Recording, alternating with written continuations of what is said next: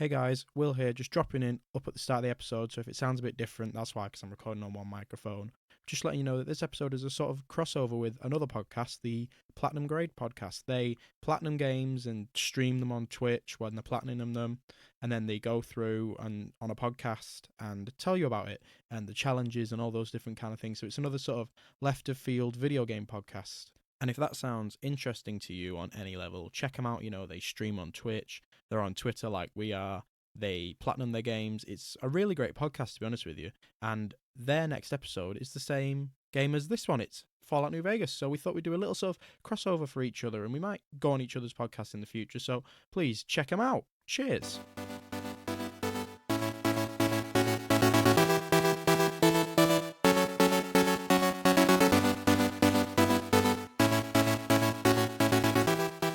Hello, everybody, and welcome back to a very special episode of the Retro Release Podcast. It's episode number 10, and the Retro Release Podcast is where we go through a game's development and release, and this week is one of our favourite games. And speaking of us, I'm Will, and I'm joined by Michael. Michael. Or is it Mike? What did we settle on a few episodes ago? Was it? I don't mind. People can call me whatever in their heads when I'm talking. Yeah, before we get on to what this episode is about, just a couple of things up top. First of all, Michael's selling something, so we're waiting for somebody to come and pick that up so we could. It's not drugs. It's not. It's an Xbox. Is it? Oh, just it's gaming related. Look at that. Exactly. I just wanted to make sure because when you sounded like someone's coming to pick it up, Michael's selling something. He's selling just some sounds ketamine. Suspicious.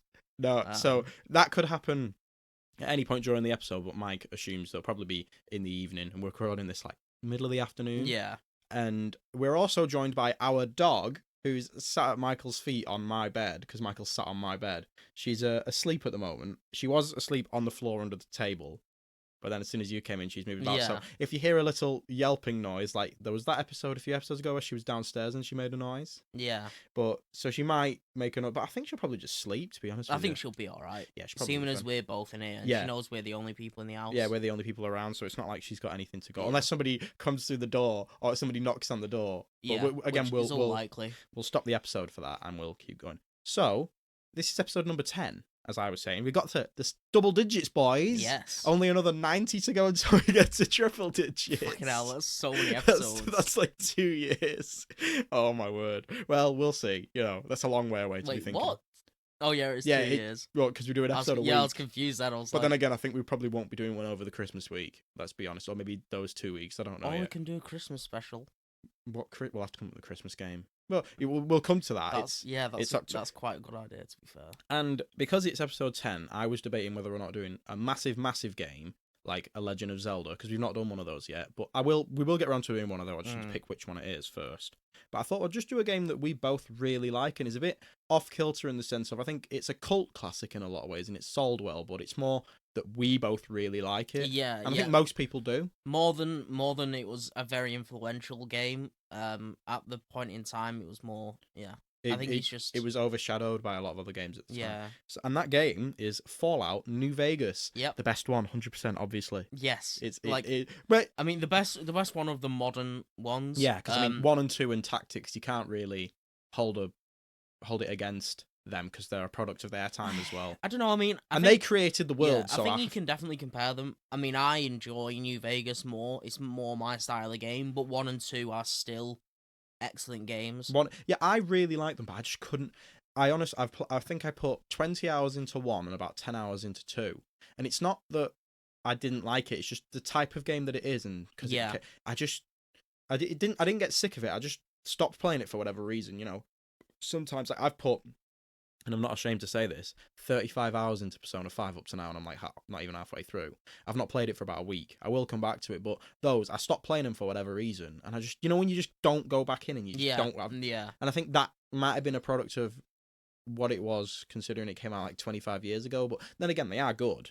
Definitely. Yeah, definitely. Yeah. Like, I'd say just the quality of everything apart from, even then it's... Apart from the graphics, but even then, it's a style of game. Everything about it is better than anything that any of the Fallout games produced by or developed by Bethesda. Honestly, on the topic of that, you might be thinking, why don't you do Fallout 1 or why don't you do Fallout 3? And after Fallout 3 because it's the first one where Bethesda acquired them, and it's the big change, and it's probably Fallout 4 is probably the biggest Fallout game. Yeah, I think Fallout 3 just was big. The reason that I thought we weren't gonna do Fallout 3 was just because I don't think either of us. I think we've grown to not like it that much. I think I do like Fallout, and especially in the sense of you owe a lot of the original Fallout games what they did to the later ones. You owe a lot of New Vegas to Fallout 3. But again, it's good. Fallout 3 is a good game, but Fallout New Vegas is just so much better. I think New Vegas is a really, really good game. I don't like Fallout 3. I think a lot of it is a bit lazy. Yeah, I liked some of it when I first played it, and it does a good job of, again, the world and some of the characters, some of the stories. But a lot of the world and the characters is like, you've just taken that from something that somebody else made 20 years ago. Yeah. It's not yours. So I suppose that's the struggle, isn't it? Which one you're going to pick. So Fallout New Vegas is a spin-off, and I put spin-off / sequel, because it is a sequel, because it's set afterwards, Fallout 3, and it came out afterwards, but it's basically a spin-off. It is a spin-off. I'd say sequel has to relate to true. Like stuff beforehand. Yeah. So after Bethesda bought out the license and IP for Fallout from Interplay Entertainment between 2004 and 2007, that's because they bought out the license, I think, in 2004, and then the IP itself in 2007, or it was the other way around. It's one or the other. So they bought the license for Fallout, and they made Fallout 3. However, after that release and its massive commercial success, the team over at Bethesda were too busy on Elder Scrolls V Skyrim to start.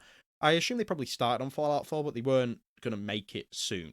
Because Fallout 4 came out, 2015? 2015, and Fallout Fallout 3 came out, 2008? I think so, yeah. So it's a good 7. And then Skyrim came out 2011, the end of 2011. The year after Fallout New Vegas. Yeah. So Bethesda decided to reach out to Obsidian Entertainment, a company founded by Interplay's original Fallout developers over at Black Isle Studios, and they agreed to make the new Fallout title using Bethesda's pre-established engine and basically what they'd made. They said, we'll take that framework and we'll make our own game. Yeah. And Bethesda approached them. They probably approached them because they made the original Fallout. Little did Bethesda realize, though, that giving it to the people that actually made the original games meant they knew what they were doing. Yeah. Just say it. They'd actually, I think, properly care about it as well. And interestingly, you're listening to this, and I've done some incredible cross-promotion without even realizing it. So Obsidian's newest game is The Outer Worlds, which comes out on Friday the 25th of October, which is the day that this episode's going to go out. Yes, boys. I didn't even realize until after I'd done the script. I was like, oh, well, that's good. I think, I'm going to see how it turns out. I'm looking forward to it. I am. I'm going to see how it turns out. From some of the things that I've heard, like pre-release reviews and things, maybe not full reviews, but they've said that it has what makes a good Obsidian game, like story and character-wise, and that is what I like about Fallout New Vegas. So, hopes are high, but not so high that I've been hyped for it ever since I heard it was coming out. It's more very recently, so maybe we'll talk about it. I think if we both play it relatively soon after it comes out, we'll probably talk about it on here. Maybe a little bit, I'd say a little bit after. Just give it time to settle in. Oh yeah, I won't. If I get it when it comes out, I won't then immediately after be like, this is my review. I might just be like, I'm playing it. Here's some impressions. I quite like it, or I don't like it for whatever reason. So they agreed to make a new Fallout with a pre-established sort of engine. What's the Bethesda engine called? Creation Engine. The Creation Engine. It's in here somewhere, I think, but I can't really remember. And the thing I do like about it is really easy to edit stuff in and out. Even before they put those aspects in Fallout 4, you could do it quite easily in Skyrim and stuff, but it just doesn't run well when you've got a lot of different elements in, basically. That keep changing. Yeah. And that's why I'm concerned about Elder Scrolls 6. Well, they might be using a new engine, but I doubt it. I'm not sure if they are. That's the thing, because if they are using the same one, there would need to be a complete overhaul. Because I just do not think this the scale of what just people make a new engine. Yeah, basically. Just use I don't know, Unreal Engine 4 or something. Just use a good engine. Exactly. Well, that means they have to learn it all again. I don't know. Well, fuck them, they can do it. They're a massive studio. Fuck them, they can do it. They can learn a new, not language. It's not like a coding language. They can learn the new engine. Yeah. Just look, get one that's Get similar. people from Unreal and come in and help. Yeah, just teach you, like have like workshops. I don't know. And usually at this point, I talk about what the game is. But I don't really think I need to go into massive detail about what Fallout is because I think we all know. I think a lot of people will have a general sense, but I mean, it's in the post-nuclear war type. It's a world where in the 1950s, instead of the transistor becoming like the big thing, so electricity, it was still nuclear power. So I mean, electricity was invented, but it just the transistor wasn't, and that's why they have the massive circuit boards and stuff like that. And they basically, it's a world that got stuck in like the 1950s and 60s culture, and then in like the year 2180 something, America was at war with China, and everybody nuked each other, and then it's set like 200 years after that. It's. I was gonna say it's your standard fare. It's not your standard fare, but no, it's like it's one of those like. You can lump it in with post-apocalyptic. Yeah, because that's basically what it has mutants and stuff like that, and futuristic weapons. Because obviously, if the world got all the way up to 2080, you'd expect some advanced type of weaponry in there. So they just so like plasma weapons or I don't know, lasers. Things all like that stuff. And the game was announced in April 2009 and was directed by Josh Sawyer under the strict development time of 18 months, which is funny considering it's the best Fallout. Just saying. And I guess that's the setup for the story. You know, why it's made by a different company, what it is. Why did Bethesda want to do it? Have you got? I couldn't find that. I just heard that Bethesda. The main thing that I saw was because they were busy on Skyrim, but I would assume it's along the lines of Fallout 3 made a load of money. They couldn't make one as quick as they wanted to capitalize on the sort of brand. And then they just went, well, we'll just give it to the people that made one. Yeah, I mean, that sounds plausible. It sounds completely plausible because they're too busy. Yeah. Because I don't know how big a publisher Bethesda were back in the day, like 10 years ago. I still think they were quite big. Yeah, they were quite big, but today they're actually huge because they have their own thing at E3 and everything, don't they? Some people would say they've not earned that now after everything that's happened. Nah, they haven't, Bethesda. mate. I mean, it's not quite horrendous, but they're just not doing. I mean, they're doing well, and they're gonna keep doing well. It's just, I think, some of the consumers just don't really understand what they're doing to their games. You know, like they don't seem to be like, well, we can't just keep letting them get away with just making games that have the same problems. Yeah, and also I just like Fallout too much. And they treat a lot of customers like shit. Oh like, yeah, all that canvas bag controversy and stuff like that. Internet historian canvas bag. Yeah, when they were like, oh, you can have 500 in-game Fallout 76 which is points, £5 like worth. £5, mate. You paid like 100 odd quid for it. It's madness, honestly. But then the canvas bags that they sent out to YouTube influencers and stuff were actual canvas like, they're just like fuck all the plebs. Like honestly, it's disgusting. It is. It's just like it's bordering on fucking fraud, mate. Yeah, so that's gonna come up quite a few times in this episode, I would say. Whenever we can just get a little jab at Bethesda, I think we'll slide one in. Fucking Todd Howard, honestly. Wearing his fucking leather jacket all the time. Jesus Christ, mate. You're a Terminator. Chill out. So, we're on to the first major part of the podcast, which is the conceptualization and development. And I can see that on my Word document for conceptualization, it says that I've spelled it wrong. Yeah. I don't think I have. I think this is because it's American. It's American, yeah. A lot of them. It must have the I've spelled Azization. Yeah, I've spelled favorite, and because I put a U in it, it says it's not correct. And I was like, that's how you spell favorite, though. Yeah. So it's because it's American. Again, sorry, American listeners, but it seems like we just have differences in the way we spell things. Sorry. Yeah. We just change it on Word, though. Yeah, I mean, I don't really have to. Yeah, fuck that. Fuck going into the settings takes like 5 seconds. Nah, mate. Fuck it. I don't have that time. I've got podcasts to record. So, as mentioned, the game only had around 18 months to be developed. It uses the established... Online, I read it was the Gamebryo engine. I don't know if the Creation engine is the overarching name and then the Gamebryo's the one. It might be, Something like that. So, but it's that engine. It's the Bethesda engine, basically. I think that's the easiest way to describe it. Obsidian changed some of the source code for the engine, though, to accommodate better lighting effects, new art assets, and different mechanics. So what did they do? They just made Bethesda's own shitty engine better. Yeah. Good one, boys.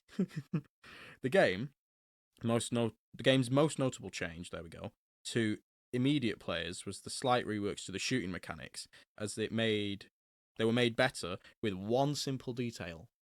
iron sights. Iron sights, mate. That's it. That's it. Iron sights. And, why? Just always have iron sights. And apparently there are a few little tweaks, but I read that they were such minor tweaks that they weren't really supposed to be noticed. The shooting was just meant to feel better. But iron sights, just a million times better. Of course it's going to be noticeable.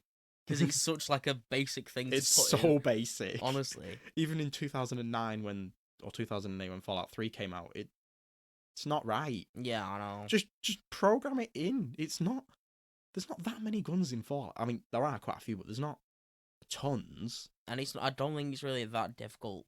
I can imagine there are some hurdles for some guns, but just place the camera behind the gun. Yeah, just put it in the middle of the screen. It's not that hard. Well, again, we can rag on Bethesda all we want. But according to a US Gamer article, the Black Isle Studios' original version of Fallout 3, so this is way back in the day, like after Fallout 2. This isn't Fallout 3, they were going to do it 3D. This is original, similar style Fallout 3. Yeah. That original Fallout 3, which later became, I would say, New Vegas. It basically was, because they carried over a lot of the ideas, as we'll get to. It was called Van Buren, like VAN and then BUREN. Yeah. Don't really know what that means. I looked it up. Either, I looked it up and it just kept telling me about the Fallout, and I was like, right, cool. Sounds like it'd be a person. It does a bit, doesn't it? It sounds like a band. Oh, that's Van Halen. That's because Yeah. It had many of the same sort of motifs and ideas as New Vegas. It was set in the Western America. Yeah, I just had it's to near like the Hoover Dam, Yeah, Las like Vegas and stuff, Nevada and all that.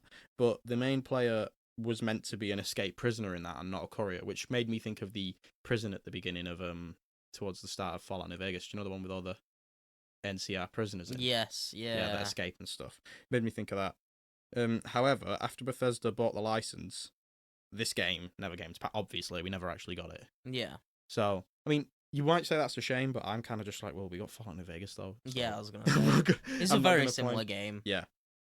So, to help achieve the goal of putting Vegas in the game, Sawyer, who we mentioned before, he was the director, did a few interesting things. Firstly, he went to Vegas himself and drove around on a little motorcycle. And in the documentary that you get, that's on YouTube, it's like 50 minutes long. You get it with the collector's edition of Fallout New Vegas. He sits there and talks for like 5 minutes about driving around Vegas on a motorcycle. He's like, you get a different view if you drive around Vegas on a motorcycle. And I'm like, yeah, you do, but you don't really. Yeah, like you still have to pay attention to you've got a helmet driving. on.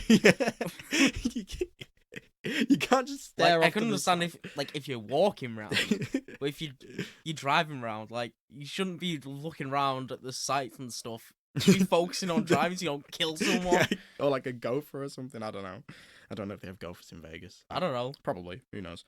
But they also used the US Geological Survey of the area to help bring Bethesda on side for the location. So they did these different things to like get pictures of what they were going for and the ideas so they could bring them to Bethesda, pitch meetings, as you will. They were trying to sell the concept to them. And Sawyer also knew that he had to include gambling.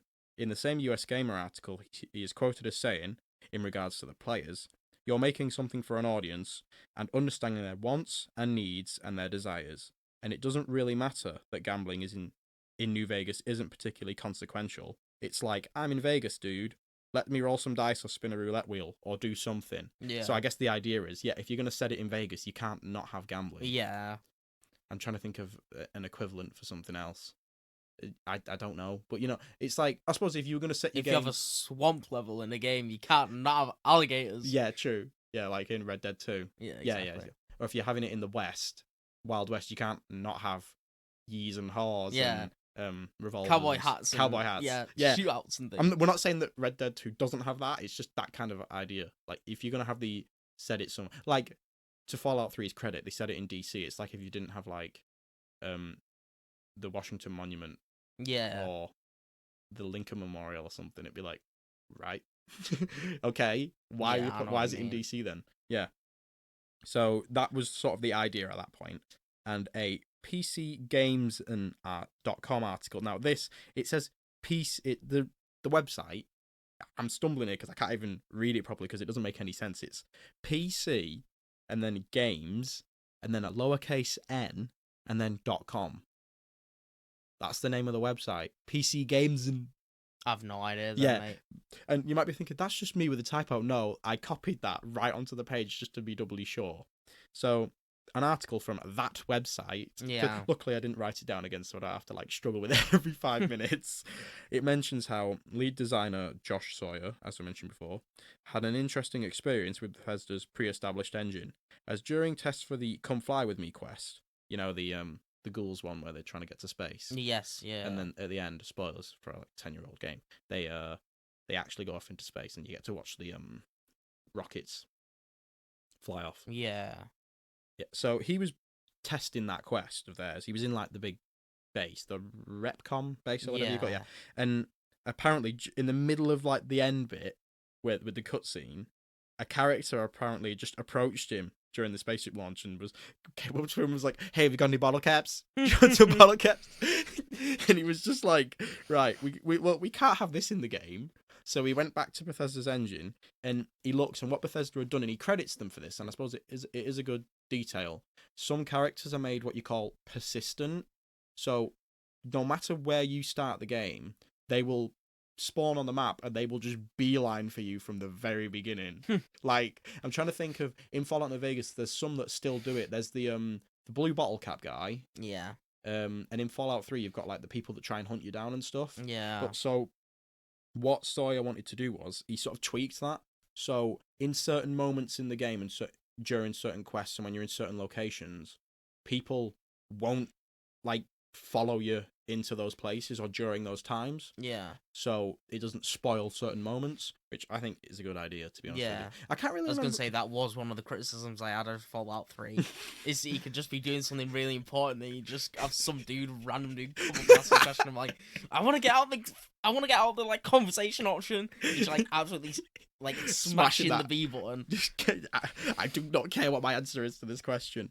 Yeah. So he wanted it to be more entertaining instead of it being like irritating and interrupting. So basically they would come to you at certain times instead of literally any time. Yeah. Which again is, as we were saying, it's credit to Bethesda for coming up with a system, but also boo-hoo Bethesda because you couldn't even make it work that well. Yeah, I was going to say, like... It took somebody else to come in and just tweak it slightly.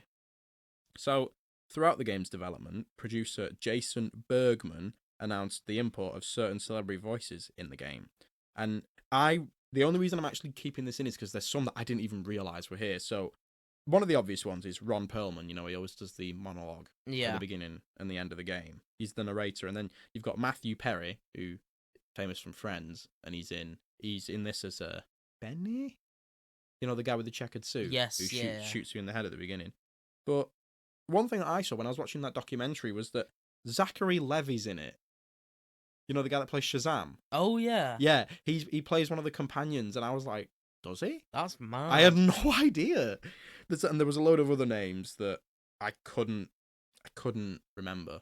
And just in case anybody wants to go back to Fallout New Vegas, he plays Arcade Gannon. He's like the I was going to say nurse. No, he's like the doctor companion with like a lab coat and glasses and stuff. But apparently, Zachary Levi was also in Halo Reach and as a nameless soldier. And then apparently in the Tomb Raider reboot, he plays himself. And I'm like, interesting. What? You've played some of the Tomb Raider? Yeah. When does Zachary Levi? I do not remember him appearing. Does he just walk into a room and go, "It's me, Zachary Levi," and then just walk out again? Off and leaves. Like, I wanted to look that up, but I was also like, I was curious. Yeah. I just kind of Nah. Let us not tweet us at Release Retro to tell us if you know where Zachary Levi is in Tomb Raider. Yeah. Or if he's in the original. I doubt he's in the original ones because they were like 20 years ago. He's not in the original. It'll be in the Tomb Raider, and then there's the Rise of the Tomb Raider one. And then there's Shadow of the Tomb Raider as well. I didn't play that one. Yeah, nobody played that one, I don't think. Apparently, I do want to, but apparently it's alright, but we're not talking about Tomb Raider though. No.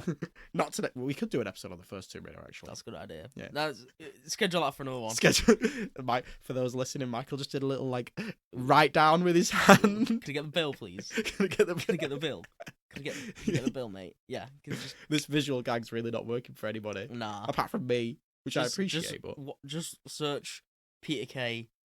Can I get the bill? I'll just watch and then just binge Peter Kay because it's really funny. Yeah.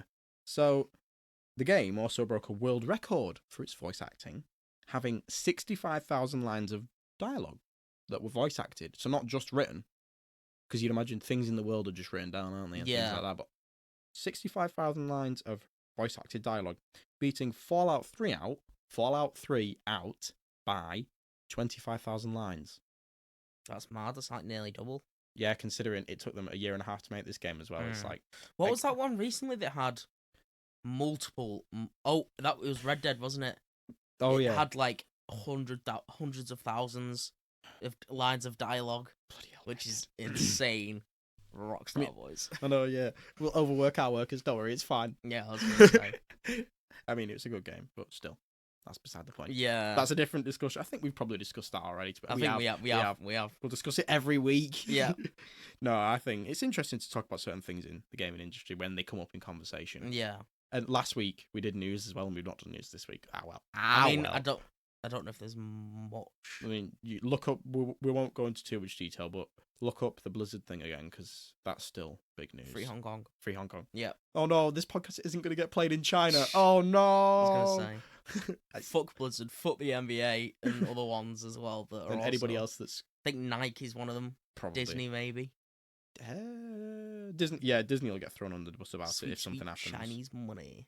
So, as mentioned, online you can find a making of documentary for Fallout New Vegas, and it presents the sort of freedom that the developers were going for, like in the game, with Sawyer saying that it has to start here and end here, but the middle, anything can happen. So they were basically thinking, there's a story, but in terms of what you can do and where you can go from the beginning.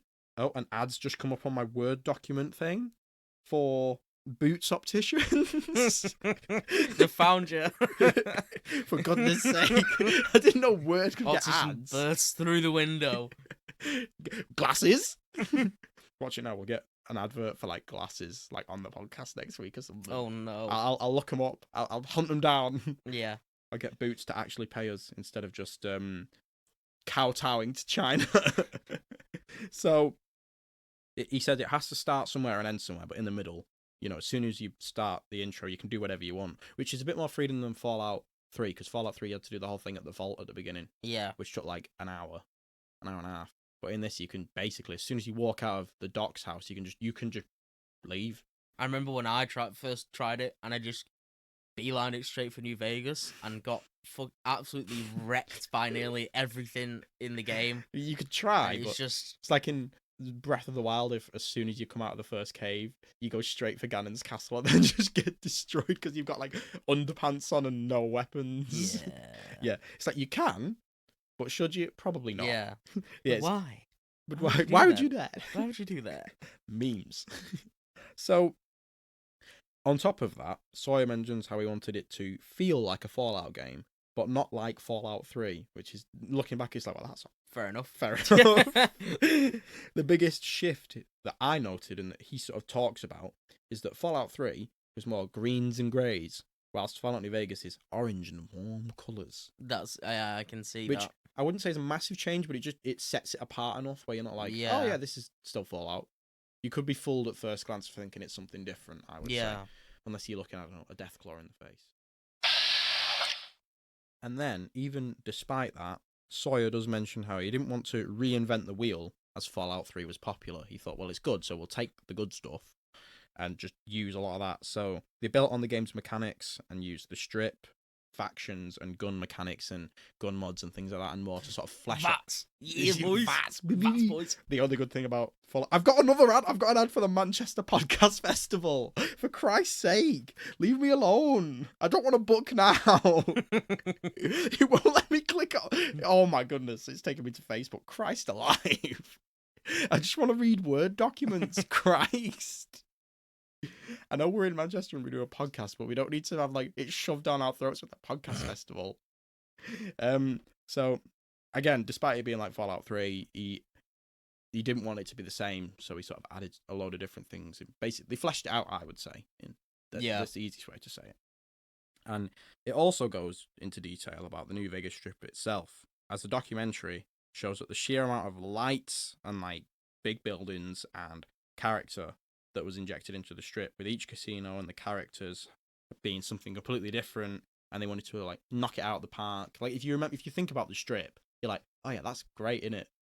It's one of those things that the introductory cutscene does a really good job of presenting the strip when it pulls out of that picture and then it pulls out of the casino and then it shows like all the guys drunk on the strip and it's so good. Yeah, no, it is really great. And you just go around like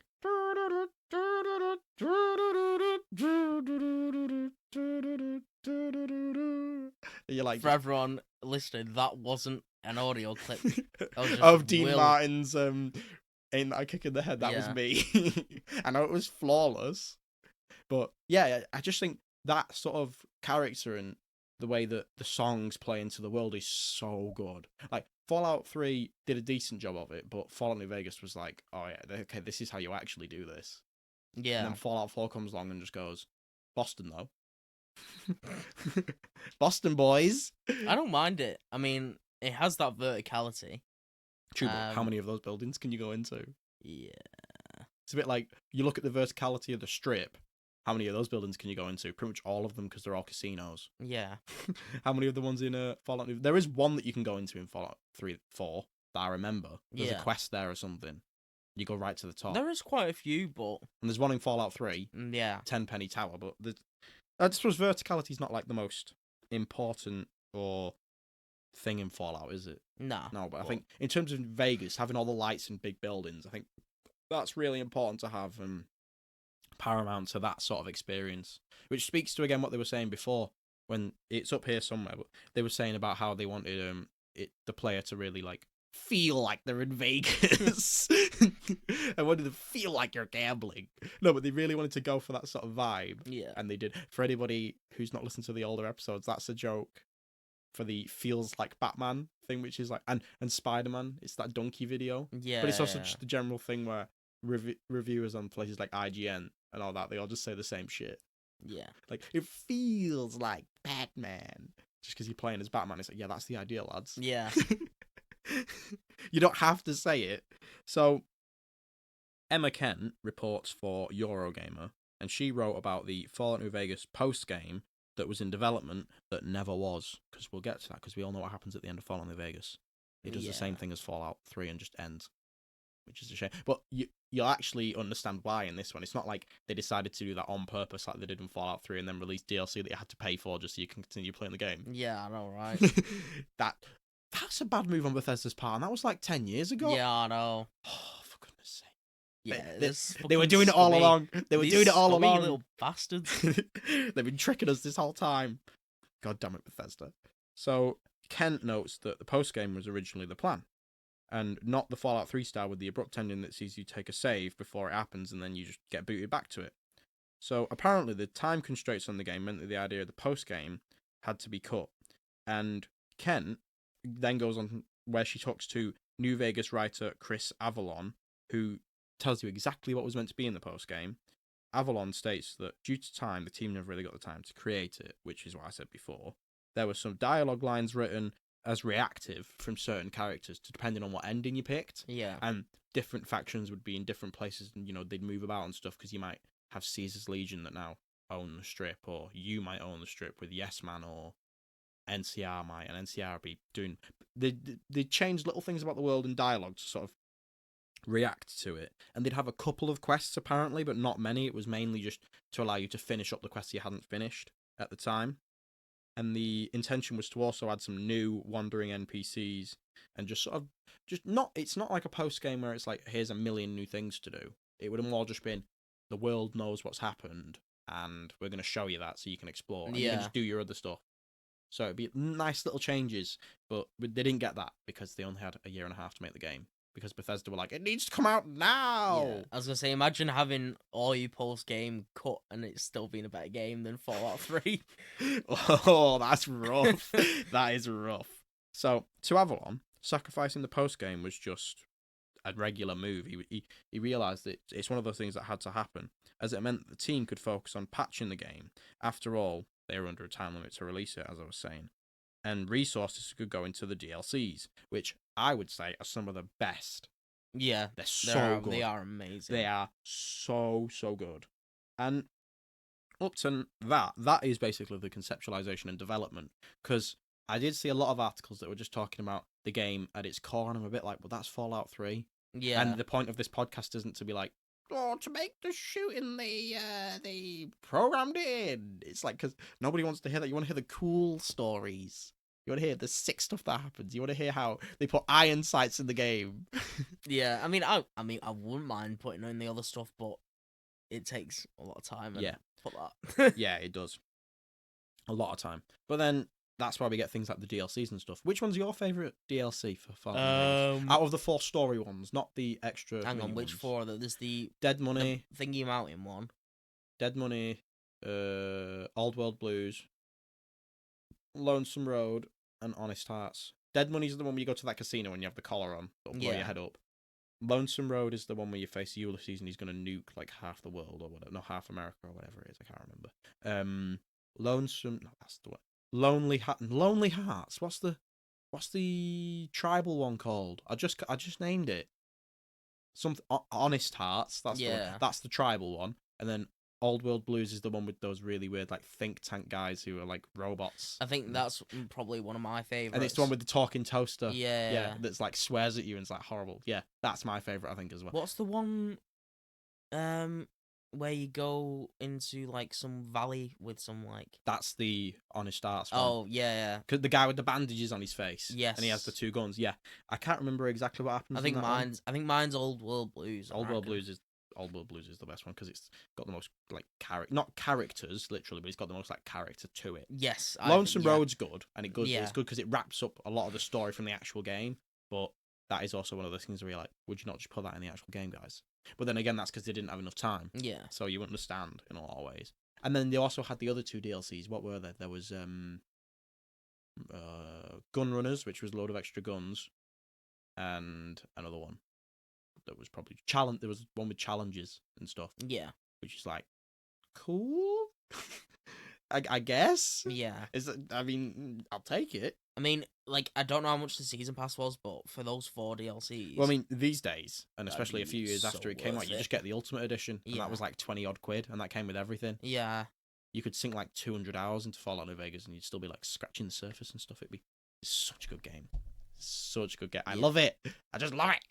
No, it is excellent. It's really good.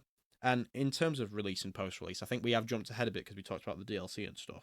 But we were going to go into detail on that anyway, because I think it's got really good DLC. So, we get to the release itself. On October 19th in North America, Fallout New Vegas came out. Woo! 2010, yeah. 2000. I've not even put the year. It must be. Yeah, because it won Game of the Year awards next year. The year after. Yeah. So it was really. I don't even know why I didn't put. I must have just assumed that I knew it. Yeah. And the game was estimated to have sold around 12 million copies worldwide. That's good. That is good. Considering all the different things we talk about, I just like to throw figures out there, and it's like, I don't know how good they actually are, but if there's 1 million in there, I'm like, yeah, that's good. They sold 12 copies. Woo! Oh, lads. All the team just bought one each, and that's it. Yeah. And it received the Golden Joystick Award for RPG of the Year in 2011. So yeah, it must have come out in 2010. Yeah. Because usually that's the way the game awards, not the game awards, but game awards work, isn't it? And things like that. It's for the year after, or it's numbered for the year after release. However, this wasn't all smooth sailing for Obsidian, as just hours after the game released, players were reporting a plethora of bugs and glitches. Again, bugs and bitches. Bugs and bitches. I was going to sing Boats and Hoes then, but maybe I shouldn't. Yeah, nah. Not live on the pod. So, which Bethesda, in conjunction with Obsidian, said they were going to fix. And to their credit, they pretty much did. Within a week of the release, a patch containing over 200 fixes came out, and just over time, they just fixed most of the other things. Yeah. Like Fallout New Vegas, and especially Fallout 3, still have their issues, but Fallout New Vegas, I'm trying to think of things that would have happened to me whilst I was playing. There's always like a couple of graphical glitches. Yeah. Because that's just the Bethesda engine, isn't it? It's just dog shit, as we were saying before. But I can't think of anything else. No, I don't really. I probably did encounter quite a few, but nothing that was like game breaking. I recalled more from Skyrim. Oh yeah, because Skyrim's like a hazard game. It's just thrown together with like tape. Yeah. It's barely functioning. It's a good game though. To Bethesda, I do like Skyrim. Yeah. As it's not like we're talking about Blizzard now, and I'm like, oh, despite Blizzard's ethical and moral sort of leanings, I do quite like World of Warcraft or Overwatch. It's more like Bethesda. They still have made some good stuff, and some of the games I've gone. Yeah, they have some shaky practices, but does that mean I'm going to buy the next product? Probably not. Fuck yeah. Woo! Nah, let's see. But I mean, I know what's the next one. Doom Eternal is the next big Bethesda published one. Yeah. But that's made by id Software, the guys that made the original Doom, Yeah. that's next week's podcast. I shouldn't have spoiled it, but we were talking about it, so I might as well reel you all in. Oh well, we're whatever. talking about because we were going to do Doom next week because Doom Eternal was meant to come out around about now, but it's been pushed back as we were saying the other week. But yeah, Doom Eternal is the next big one published by Bethesda, but that's going to be good, I think. Or maybe it's not now because it's been pushed back. I still think it is. Maybe the next big one. Yeah, well, it's definitely not Elder Scrolls 6 or Starfield or anything. Nah. To that effect. So, yeah, they had a lot of bugs to fix and things, but they managed to pull it off because it seems like they actually cared about the game. And as we were talking about before, the game had a lot of post-game content support, and on top of all the DLC and things we were talking about, Fallout New Vegas' post-launch content, or most of it, comes from mods. With Sawyer, the director, as mentioned before, released his own mod for the game around a year after its release, with content he couldn't manage to get in the game. This J.E. Sawyer's mod makes the game generally harder, with less XP gained from quests and kills, the player having half the carry weight, the max level being reduced, and some characters not being neutral, but the game made sure they were defined as either good or evil, in the sense of it was harder to do certain things. You had to be leaning certain ways to do certain things, and the game was generally harder. That's the sort of experience that he wanted. Yeah. Which is probably why they put hardcore mode in the game. Yeah. Because hardcore mode, after I've played it, it's not that hard. Nah. No, once you get the ball rolling, it's pretty easy. It's like you'll just have a load of stim packs and a load of doctor's bags, and because you have to use doctor's bags in hardcore mode to heal your limbs, don't you? Or you'll be walking around crippled for ages. Yeah. So the game, as was mentioned, it does have countless mods on the PC community. It's like Skyrim and all that.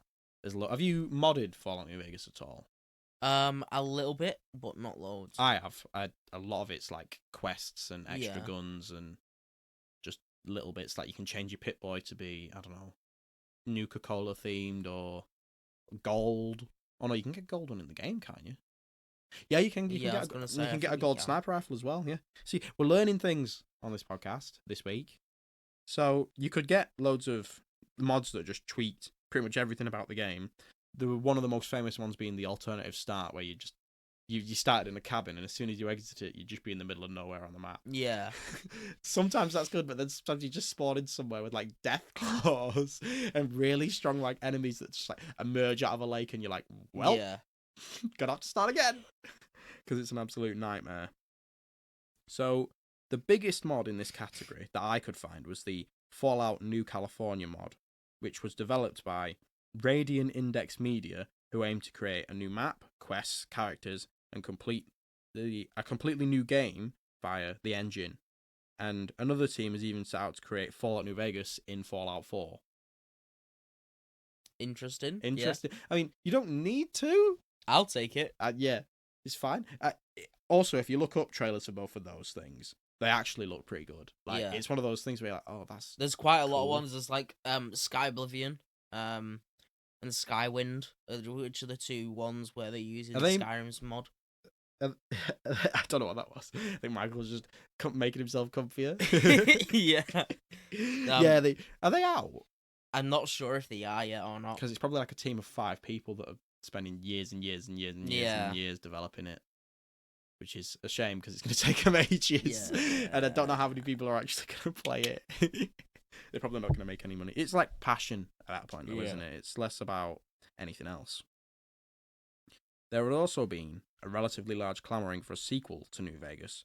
I found a lot of articles, especially one from Screen Rant in 2018 about why Bethesda should make a Fallout New Vegas 2. And I'm a bit like, well, they're not going to, are they? They're milking the cash cow of Fallout for all of the Battle Royale money it can give them, their atomic shop money. If they handed it off to somebody else at this point, it would not be what we would expect, I would think. Yeah. There'd be so much like ways of them milking the consumer dry, even though they spent 60 quid on a game. Yeah, I know. And it'd just be a real shame. But however, it seems that Obsidian Entertainment has their own answer for this. Michael, can you guess what it is? We've talked about it already. It's a different game, boys. It's a different game! And Michael's just dabbed for everybody watching. Different game. What word do you think we dabbed on then, listeners? Do you reckon it was the one where we went, game? Yes, it's definitely that one. Although we're only doing one hand dabs, because if I dab with the other hand, I'm sending this tablet Yeah, across the room, and it's going to smash. So I don't want to do that. So, releasing, as we mentioned before, October 25th, the day this podcast comes out, buy Outer Worlds, please. Make sure Obsidian can make more games. Please. Please. All right, Will. I just want more Obsidian stuff. Are you buying it? Yeah. Oh, yeah. All Yeah, right, probably. Well, I'll. Yeah, but are you buying it? When are you buying it? Well, I'll read some reviews. But get it at full price so you get as much money as possible, Will. Pre-order six copies. Yeah, get like the ultimate edition or whatever it is. Spend about 100 quid in it. I don't know who publishes the game, actually, so maybe there will be. And if it's Bethesda, there'll be an Ultimate Quadrillion edition where you literally just buy 20 copies and that's it. Yeah. And then you buy all the season passes as well. And you buy like an Outer Worlds themed Xbox or something. I tweeted It's just a painted cardboard box. Yeah, I tweeted on our Twitter about Outer Worlds. I replied to one of the things and I was like, I'm super excited. Oh, it's going to be great. And I just had the worst Twitter exchange I've ever had. It was like, I didn't say anything after. I was just like, I'm so excited for this game, guys. Good job on making it or whatever. People just responded. And about 6 people got into an argument where they were like, oh, well, it's the last game, because it was on the PS4's Twitter. They were like, oh, well, it's the last Obsidian game on PS4. People were like, well, they said they might be open to making PS4 games in the future. And then another person was like, yeah, well, it's not. They're only doing Xbox. And I'm like, I just tweeted saying I'm excited for the game. And you lot have continued this on my tweet, arguing about what it's coming out. And it's like, bloody hell. Yeah. Is this the internet? It sucks. It's Twitter. It's Twitter. It That's sucks. It's just like, what am I even doing here? Follow our Twitter, though, at Retro Release. Yeah. No, Release Retro, not Retro Release. I was going to say. Yeah. You need to sort that out. I'm trying. It's hard. But I don't think we've seen anything like Fallout New Vegas since, to be honest. No. And I don't think we will. Well, maybe the Outer Worlds. I was going to say, but silly boy. I think in terms of Fallout, we definitely will never see anything like that ever again. I don't think. Maybe years from now, but I really doubt it because Bethesda are all about that sweet, sweet money. Sweet, sweet money. Yeah. And I don't think. And it's a shame because it's a great game. And I hope this shorter episode of the podcast, I'm checking the time, because we seem to have got used to getting over an hour now, but somehow I thought this one was quite long. It's like 3.5 pages long, but I guess I just blazed through it, you know? Yeah. Yeah. So I hope you enjoyed it, guys, listening. Anybody? Please. Yeah. We had a good time, I would say. I had a really good time researching this one because I absolutely love this game. Yeah, I think it's just it's definitely the first game well I've been co-hosting where it's been like it's one of them which I played it so much.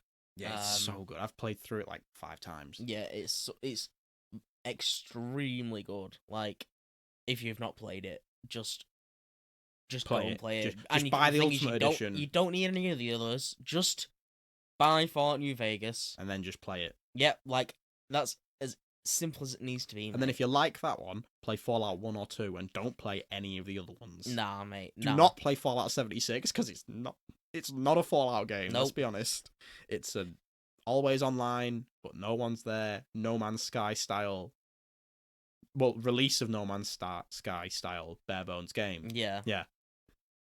And that was episode 10. Nice. Big 1-0. As I was saying, double digits, boys. We're getting there. All right. And even though I spoiled it before, yeah, next week is the original Doom, because we were going to do for Doom, because it was meant to be coming out, the new one. Like, yeah. Round about now, but it's not anymore, because they've had to push it back, which is good. You know, it means it's going to be better. Hopefully, yeah. But, you know, I think it will be, though, because Doom 2016 is an incredible game. Yeah. You just like run up. You could do that thing with the shotguns where you could like change the front of it. Yeah. And you like, one of them was like the shotgun that goes bang. Yeah. Yeah. There's the gun that shoots rocks. Doom's great. No, it's a great game. So that testosterone, all that blood, all that gore. That's why everyone's so violent these days, Michael. Yeah. Because of games like Doom. Yes. There is a bit of that in next week's episode, actually, as well. Like school shooting. No, I did not even allude to it. There is a bit about that on some of the things I read, but I thought I would leave it out. Yeah. There's a bit of stuff about.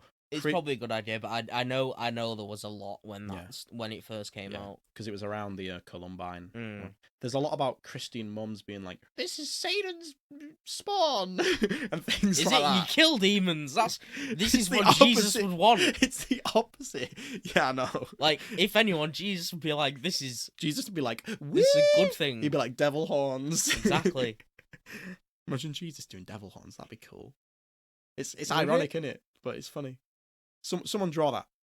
Yeah, someone probably has. They probably I could look it up right now. www.deviantart.com. No thanks. I was going to say Rule 34, but no, Satan. No. Do not type in Satan Jesus into Rule 34. No, this is not what you think it's gonna be. Yeah, actually, it probably is exactly what you think it's gonna be. Yeah, from the way we've said it, I think. And so you can find us on Twitter at Release Retro. You can email us at retroreleasepod@gmail.com. You can listen to us on Spotify, iTunes, Podbean, YouTube. That's all 4 of the ones we're on at the moment. You can read the script and get the sources for this episode on my WordPress, which is willnelson2508. I do some other stuff on there, but it's like I'm not going to be like, read all the rest of it. It's just I'll just put whatever up there whenever, Yeah. Whatever takes my fancy. But this is the main thing that I put on there like week in, week out. So if you want to read those, and you want to I need to do some corrections on this one for all the Americans, because there's a lot of words with you in that have been underlined because apparently they're wrong. If it's for the Americans, then don't you want to take the U out? Isn't that what I said? No. I thought that's what I said. What? I'm going insane. Anyway. Every time I do this podcast, I just lose it. Yeah, you do. Oh well, it's fine. One of these days I'll do the podcast and I'll just collapse. In the middle of it, and then my podcast. Yeah, Michael will have to finish it and upload it for the content, for the views. Listen to this podcast, dead man in last 30 minutes. Well, actually, that wouldn't be a very good listen, would it? Because if it's listen to the podcast because someone dies on it, it's like, what's after they die? What's it going to be? Just one less person talking? Yeah, it'd be a bad podcast. But no, but for the meme and for the views, or the listens, it'd be a good one. So, yeah, thanks for listening, guys. And we haven't just tried to spend the last 10 minutes padding for time. Nah, mate. No, not at all. We don't get any more ad space. No, we don't. I don't know what ad space on a podcast is like. I don't know how... Because YouTube, they have to be like over 10 minutes. Not they have to be, but it's better if they're over 10 minutes. They get more... You get basically more ads. I don't know what the algorithms likes for podcasts, though. I'm not quite at that level yet. Nah. I would assume it's over an hour. Most of them like an hour and a half. But we're not going to get to that today, so sorry, but thanks for listening, guys. Thanks very much. Tune in next week, boys. Yes, lads.